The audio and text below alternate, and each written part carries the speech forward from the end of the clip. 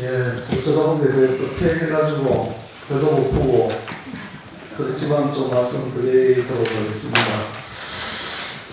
조금 전에 말씀하신 그 수의계약에 대해서 제가 아는 바를 좀 말씀드리면 2022년 9월 20일에 지방계약법 시행령 25조 1항 5호가 개정이 되었습니다. 그래서 그 법에 의하면 장애인 기업과 여성 기업은 1일 견적 제출 수의계약 금액을 추정가액 1원까지 할 수 있다. 언제부터? 2023년 1월 1일부터. 제가 자료로 좀 말씀드리고요.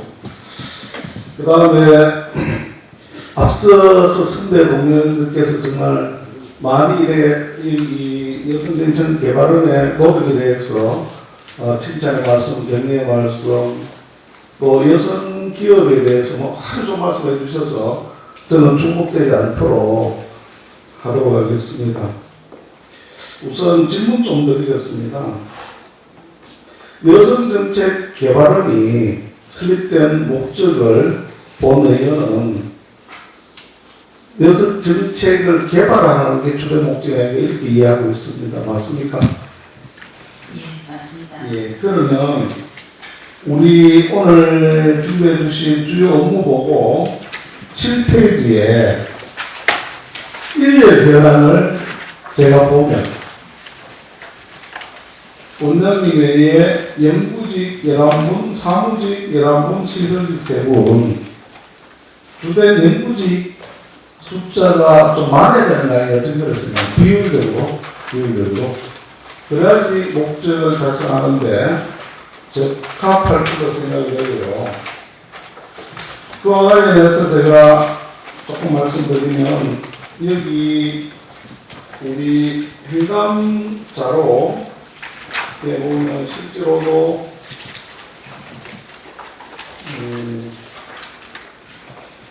여기 80페이지부터 쭉 해서 우리 연구분들이 2021년도 연구 실적을 쭉 기록하고 있는데 오늘 여기 한 건 좀 들어봤습니다, 사실은. 그래서 연구분들의 전공은 뭐였을까 이런 것까지 이제 봤는데 그 연구원들의 이력은 55페이지, 56페이지에 있고 그런 연구원분들이 지금 80페이지부터 시작되는 이런 연구물에 연구를 해주셨는데 제가 생각하기는 자기 전공하고 상관없이 대표 연구위원이 있으면 또 이렇게 같이 동시에 대부분 이렇게 연구에 대해서 연구가 됐구나 이래 싶어서 이 부분이 조금 좀 연구물이 가능한 거 아닌가 연구원에 비해서 한 사람이 이 공동연구에는 오면까지 하면 엄청 숫자가 많아요 사실은. 그래서 그 의견을 좀 듣고 싶어 합니다 저는 그 부분. 그 다음에 제가 한번 다 파악이 안 돼서 전 정말 이거 잘 되길 도와주고 싶어서 제가 여쭤보는 겁니다. 지금 현재 우리 연구과제가 2021년도 총 몇 건 되는지 21년도에 네. 기본 과제는 저희가 20건 정도 예, 그러면 수학 과제를 제외한 기본 과제입니다. 고맙습니다. 교육 과제까지 치면 24건을 하였습니다. 아, 24건. 예, 감사드리고요. 이 24건 연구가 되는 과정 중에 여기 보니까 세출에도 보니까 이제 수탁과제에서 수익금도 있던데 주로 이거 누가 의뢰해서 한 건지 조금 구분이 가능할지 모르겠습니다. 24건이. 22년도 자료는 42쪽에 보시면 네. 21년도. 21년도. 예, 21년은 41쪽에 보시면 네. 있습니다. 그래서 여기 수학과제가 저희가 연구 관련된 수학과제로만 예, 경상북도 여성가족부 그리고 칠곡군 그리고 보건사회연구원 예, 그래서 이 부분 제가 자꾸 의견 좀 드리고자 합니다. 네. 아까 그 존경하는 박영서 의원님께서 여성기업, 여성중소기업에 대해서 정책을 개발 말씀해 주신 저도 정책 공감되거든요. 주로 제가 봤을 때 이 수탁거래 한 대가 경상북도라든지 관이에요, 관. 대부분. 그래서 이것도 중요하지만 실제로 여성 정책이 개발되려면 스스로 할 수 없는 이런 단체나 이런 기업이나 이런 분들이 안 되니까 극주 비중을 좀 높여야 되는 거 아닌가. 관의 비중보다는 그런 의견을 좀 드리는데 혹시 어떻게 생각하시는지요? 예, 그 노력을 하고 있습니다. 예. 예. 거기는 정말 여성 정책 개발은 외에 자체적으로 그분들이 의뢰하고 있는 건 안 될 것 같아요, 제가 봐서는. 예. 관은 오히려 자체적으로 할 수 있는 어떤 의미로는 저는 이제 개인적으로는 모든 연구가 자체 개발과 이렇게 의뢰하는 전문가들하는 그 기준을 뭐로 하는지가 사실은 저는 되게 궁금하거든요, 사실은. 그거는 논의로 하고요. 그래서 앞으로 우리 여성정책 개발원의 내연도 행람 때 왔을 때, 제 생각에 박영서, 종량 박영서 의원님 말씀하신 것처럼, 그렇게 관이 아닌 민간이 필요한 정책 개발을 적어도 비중을 좀 높여주셨으면 하는 바람의 말씀을 드립니다. 위원장님, 네, 김호석 국장님 말씀 좀 드려야 됩니다. 예, 우리 김호석 전에 예, 네, 몇 가지 고생 많습니다. 예. 그렇게 좀 협조해 주셨으면 좋겠다 싶은 말씀드립니다. 예, 예, 고맙습니다. 그 다음에, 제가 이제 몇 달 전만 해도 저도 감사인이 아니라 비감사인이었거든요. 그래서 단연간 일을 하면서 이런 부분은 우리 개발원에서 한번 체크해 주셨으면 좋겠다 싶어서 경험상 한번 여쭤보고 의견을 드리고자 합니다. 우리 그 행감자료 26페이지, 27페이지, 28페이지 조금 전에 종묘한 김혁수 의원님께서 그 부분 조금 말씀하셨는데요. 저는 이제 자문위원회 말고 인사위원회 우선 말씀을 좀 드리면 인사위원회가 구성이 되어서 26쪽, 27쪽 보면은 비교적 여러 분 이렇게 인사위원회를 했습니다. 그런데 모두가 서명 결의를 하셨더라고요. 서명 결의. 그 다음에 28쪽에 보면 28쪽 일자리 말고요. 거기다 운영위원회가 있었는데 죄송합니다. 운영위원회.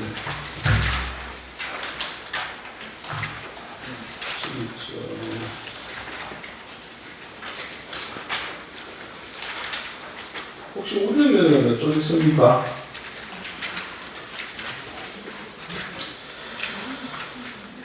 운영위원회는 있죠. 예. 이 자료에서 조금 22쪽에 이사회 명단이 있고요. 운영위원회. 예. 운영위원회는 네. 저희가 세일에만 일자리 조건만 가지고 있습니다. 그러면 이사회는 몇 페이지에 있습니까? 이사회는 22쪽에 있습니다. 22쪽 잠깐 보겠습니다, 제가요. 네. 예. 이사회. 예. 이사회에 지금 11분 이사분이 계시고, 네. 회의 여기도 성년 이사회가 1차 이사회가 성년회의가 있습니다.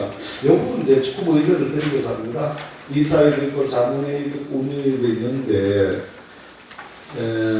여기에 기준은 제가 정확하게 모르겠습니다만 일반적으로 사회복지 법인이나 시설에 이렇게 규정하고 있거든요.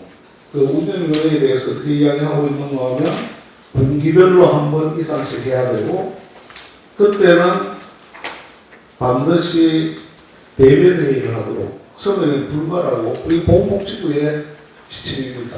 제가 말씀드리는 거는 그래서 지금 혹시 여성 정책 개발에 별도의 규정이 있는지 제가 몰라서 그냥 이 부분 좀 참고하셔서 한번 규정 찾아보시고 되도록이면 대면의 한 쪽으로 좀 해야 안 되는가 이런 의견을 제가 드립니다. 지금 확인을 못해서.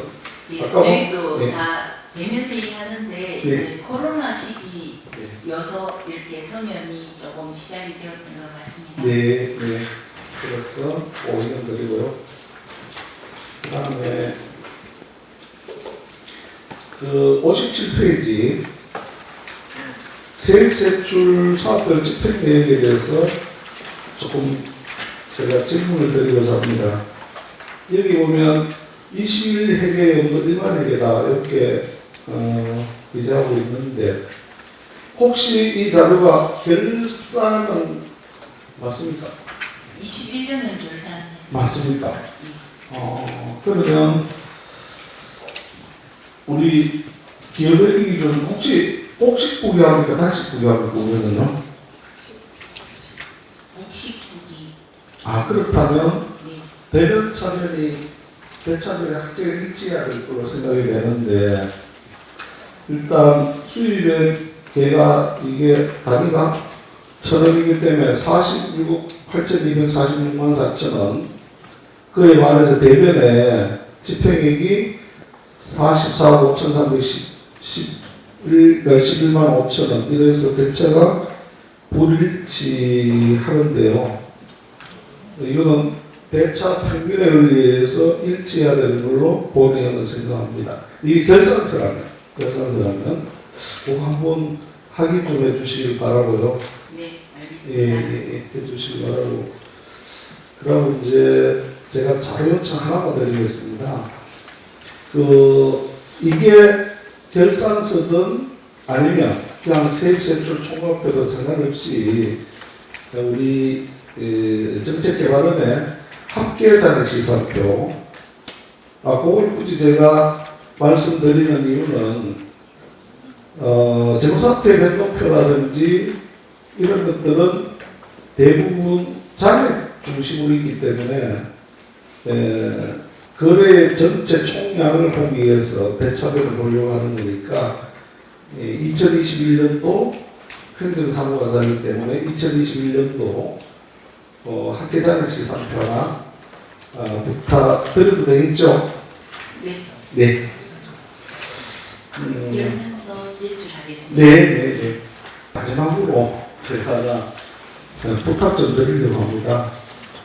이미 제가 개인적인 게 아니고 여기 보면 자료 211페이지에서 231페이지에 보면 연구 과제가 있는데 여기 보니까 여성장애인에 대한 연구물이 보이지가 않습니다. 사실은.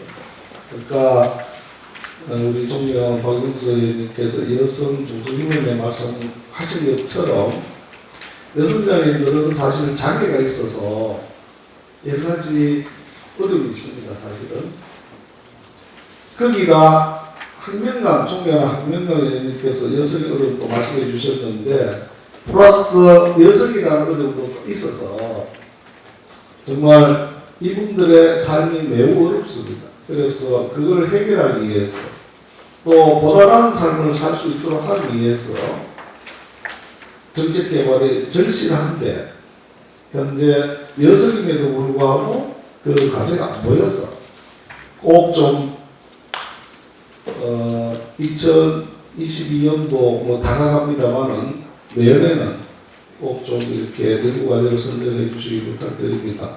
본의원이 생각한 게 우리 동네에 이제 여기 여성 정책 개발원이 있고 또 지금 지난번에 대경연구원 모플리를 말씀드렸으면 거기 말고 또 한국재단이 있는데 네. 거기는 보면은 연구과제 선정하는 걸 보면 우리 여기처럼 뭐 간에서 의뢰하는 이런 연구과제 그 다음에 이제 연구원들이 계시기 때문에 연구원들끼리 여러 가지 과제물을 내고 의견을 이제 교환해서 거기서 선정을 하고 또 다른 한 방법은 매년 7월달에 되면 경상북도로 한정하지도 않고 전국적으로 공모를 합니다. 연구 과제를.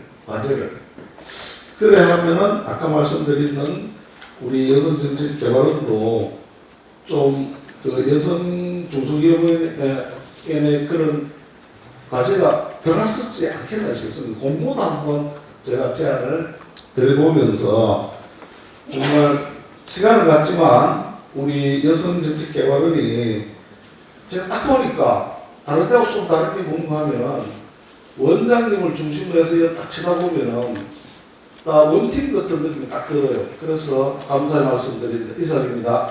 예, 저기 박순아 네. 위원장님께 답변 하나만 더 네, 네. 드리겠습니다. 예. 저희들도 이제 과제를 선정하는 과정에 도민들 수조사도 하고 연구진들이 소통을 많이 하여서 과제를 정하기도 합니다. 그러고 나서 또 저희 아이여성 행복부하고도 과제 선정을 논의하고 또 내부 회의를 거쳐서 최종 과제를 선정합니다. 그런데 조금 전에 여성 장애인 과제가 저희 없다고 하셨는데 실제로 우리가 2004년과 2009년에는 이런 과제를 연구를 했는데 저희가 안 하게 된 게 행복재단하고 복지 분야가 이렇게 겹치는 분야가 있어서 저희가 그러면 이 과제는 저희 원에서 하는 것보다는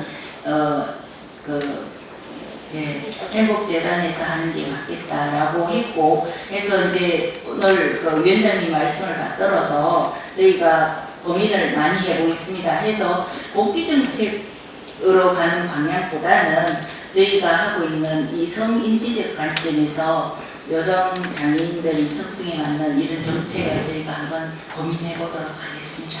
예, 일단 감사드리고 그럼 제가 제 생각 하나만 더 붙이도 되겠습니까? 네.